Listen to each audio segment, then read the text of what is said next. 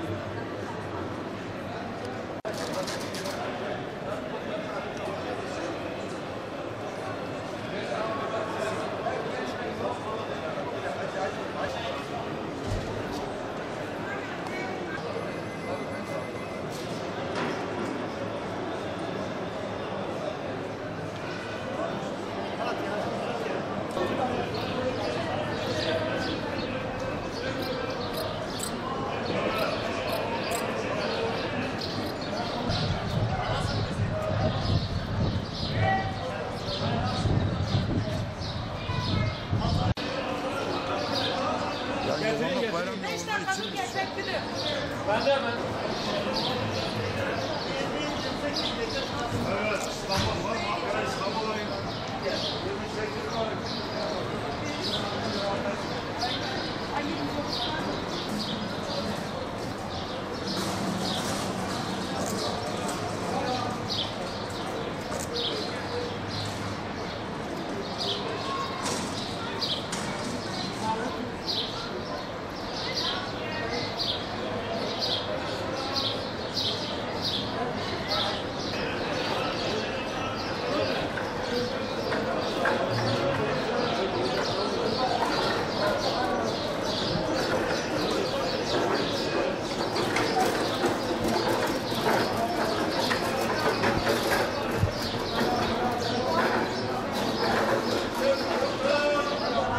İstanbul var, Ankara var, Ankara, İstanbul, Zambi, İstanbul.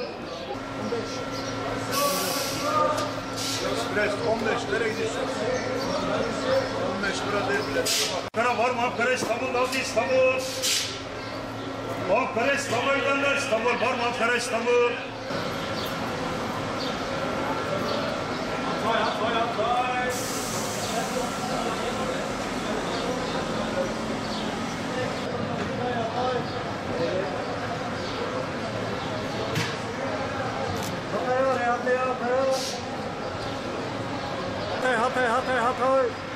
Hatay mı?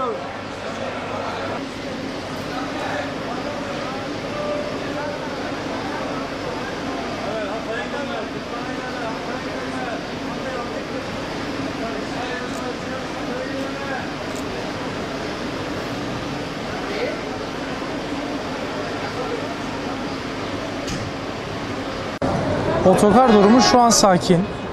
Genellikle gidişler var. Batıya doğru yok, doğuya doğru gidişler var.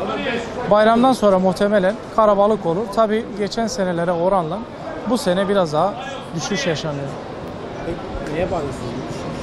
Ya bu düşüş genelde zaten otogarların son zamanlarda böyle canlanmasının sebebi Suriyelilerden. Suriyeliler de son 2 yıldan beridir gün geçtikçe düşüşe geçiyorlar. Ekonomi sıkıntılar, mazot fiyatlarının artışı, maliyetlerin artışı fiyatları da kaldırdı. Fiyatların kalkmasından ötürü yolcu sıkıntısı yaşanıyor yani şu an o kadar yoğun bir şey yok. Seçimlerin etkisi var mı sizce? İllaki seçimlerin etkisi vardı yani. Hem gidişlerde hem dönüşlerde şu an vardı. Durum şu anda çok sakin. Okul tatil olmuş gibi bir durum gözükmüyor otogardaki yolcu kapasitesi. Artık biraz fiyatların yüksek olması, biraz halkın alım gücünün düşük olması etkiliyor. Bir de şehrimizde Suriyelilerin kimliksiz ve izin kağıdı olmadan yolculuk yapamaması büyük etken oluyor. En çok zaten otogarda yolculuk yapan Suriyeli vatandaşlarımız otogarla, otobüs işletmeciliğiyle.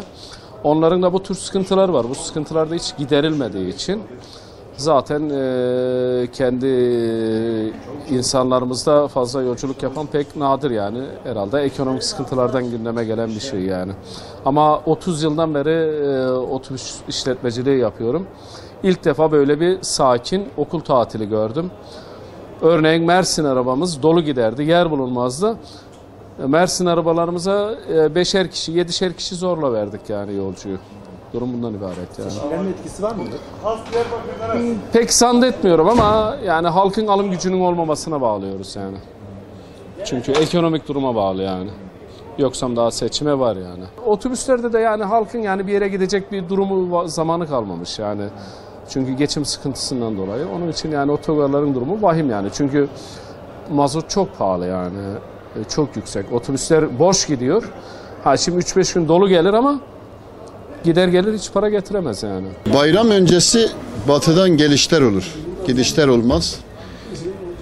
Eski yoğunluklar yok. Eski yoğunlukları sorarsak, eski işleri sorarlar. O yok zaten. SMS'i de okunmuyor. Şu anda bayram dönüşleri var. Normal seviyede seyreden. Malum 24 Haziran seçimleri de var. Onun da etkisi vardır. Yani herkes şu anda yerinde. Seçim sonrasından umutluyuz.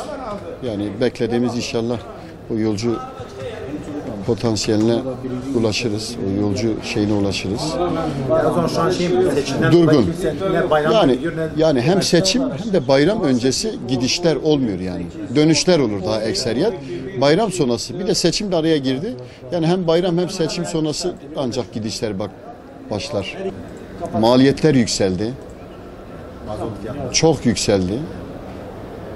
Haliyle neye? Fiyatta yansıyacak. Fiyatta kime yansıyacak? Vatandaşa. Vatandaş eğer seyahat edebilecekse, bir seyahat planı daha önceden yapmışsa bunu ne yapacak? Kısıtlayacak. Yani gidecek olan da gidemeyecek. Okullar tatil oldu gün itibariyle. Bayrama da artık sayılı günler kaldı. Evet. Nasıl bir hareketlilik, bir yoğunluk var? Vallahi hiçbir yoğunluk da yoktur. Yani eski bayramlara nazaran hiçbir şey yoktur. Daha bak bu bayrama kaldı. 3-4 gün kaldı. 4 gün falan kaldı, 5 gün. Hala yok. Eski bayramlarda mesela 10-15 gün, son 15 gün Ramazan'ın 15 gününde öyle bir yoğunluk oluyordu. Hem ek seferler çıkıyordu. Diğer arabalarda yer olmazdı. Şu an diğer normal servislerimizde boşluklar var daha. Yani yok, yolcu yok. Yani bilmiyorum neyin nesidir, krizden mi, seçimdendir, neydendir bilmiyoruz şu an. Seçim etkisi var mı? Var, etkisi var. Seçimin de etkisi çok var. İnşallah bayramdan sonra veya seçimden sonra inşallah bir canlılık olur. Biz de bir ekmek yeriz burada. Peki geçen yıllara oranla kıyasladığımızda ne kadar bir düşüş var? Hemen hemen %50 yarı yarıya. Yarı yarıya şu an düşüş var. Bir de bu Suriyeliler de bu 5-6 sene oldu. Çok iyi yani şeyi vardı. Suriyeliler de olmayınca da şu an zaten normal taşımacılık bitmiştir yani. Fazla yoktur. Fiyat yükselmiş zaten. Fiyat şu an yani gerçekten de haddinden fazla aşmış. Mesela diyelim ki burada 700 kilometrelik veyahut 650-700 kilometrelik fiyatı bir kişi başı 110 lira olmuş. 100 lira olmuş. Bunun da etkisi var mı? Çok etkisi var bunda. Mazot pahalıdır. Yani gelen çoğu kişi de zaten özel kendi arabalarıyla gidiyor. 2-3 kişi olduğunu kendi özel arabasına binip gidiyor. Hiç otobüse binmeye gerek duymuyor. Yoğunluk dünden itibaren başladı. Evet, başladı. Biz de önlemlerimizi ona göre aldık. Ek servislerimizi zaten önceden ayarlamıştık. Sürekli her bayramda böyle olduğu için önceden tedbirlerimizi aldık. Yoğunluğa cevap vereceğiz yani inşallah. Mağdur etmeyeceğiz yolcularımızı. Evet. Bayram itibariyle biraz açıldı yani. Yoksa normalde durgunluk var. Evet. Ama bayram seferleri başladığı için yoğunluk geliş gidişlerde arttı. Zaten önceden herkes biletini internetten almış. Arabalarda olan yerleri de biz mevcut yerleri de arkadaşlarımıza yardımcı olduk yolcularımıza. Bu şekilde tedarik etmeye çalışıyoruz yani. Mağdur olmayacak yolcular.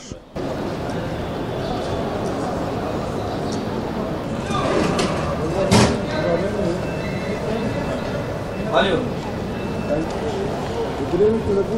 Lütfiye Malatya'ya gidiyor. Malatya'ya gidiyor.